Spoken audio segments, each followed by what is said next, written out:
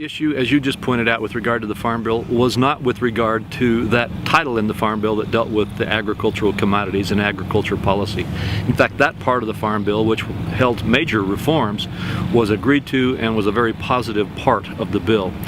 It was unfortunately only about 10 to 15% of the spending in the bill. The vast majority of the rest of it was in the food nutrition programs. And many of us, myself included, have said that as we try to deal with our national debt, all parts of the budget have to take their fair share. That doesn't mean they all have to be dealt with pro rata. Some can get prioritized and others could get totally eliminated. But we have to have every program participate.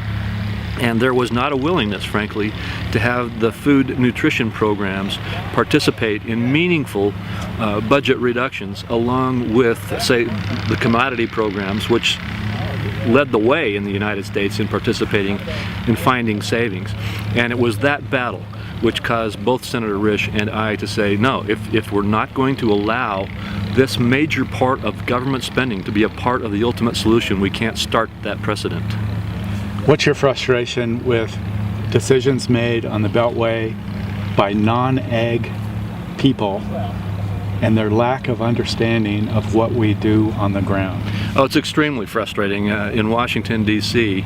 to see agriculture policy made by a Congress influenced by an administration of whom there are very few who have actual understanding of how an agriculture economy works. As you know, less than 1% of the people in the United States are now participants in production agriculture. And so we have a phenomenal imbalance in terms of a lack of understanding about how agriculture should work. We also have a phenomenal misunderstanding about how the Farm Bill works. You know, it's one of 11 titles is the ag part of it. And the rest of the titles deal with things like nutrition programs, energy programs, community and rural development programs, and the like. And there's many good provisions in there, but people don't understand the interrelationship of these provisions, and it's extremely frustrating. Last question. Your message to these frustrated Idaho farmers that are waiting for a Farm Bill?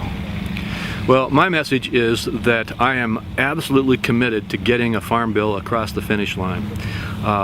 Senator Risch and I knew that the Farm Bill that was passed in the Senate would not make it in the House, and that has panned out again. We are working very hard with our colleagues in the Senate to get them ready to receive from the House a Farm Bill that does put the appropriate focus on deficit reduction for our entire bill, for the agriculture part of the bill as well as the food nutrition part of the bill. And I can tell you already, there will be a huge battle over that. But we are trying to prepare our colleagues in the Senate to receive that kind of a bill back from the House, which will then give us the opportunity to make the compromises to get it done. I've already personally been working with a number of my Democrat colleagues on the other side to help them get to yes on agreeing to some reasonable reductions in the food nutrition programs. Reductions that will not eliminate the actual benefit levels that people can receive, but will address waste, fraud, and abuse in areas that we know it exists, and help us to pare down that part of the program without negatively impacting those who truly need the benefits.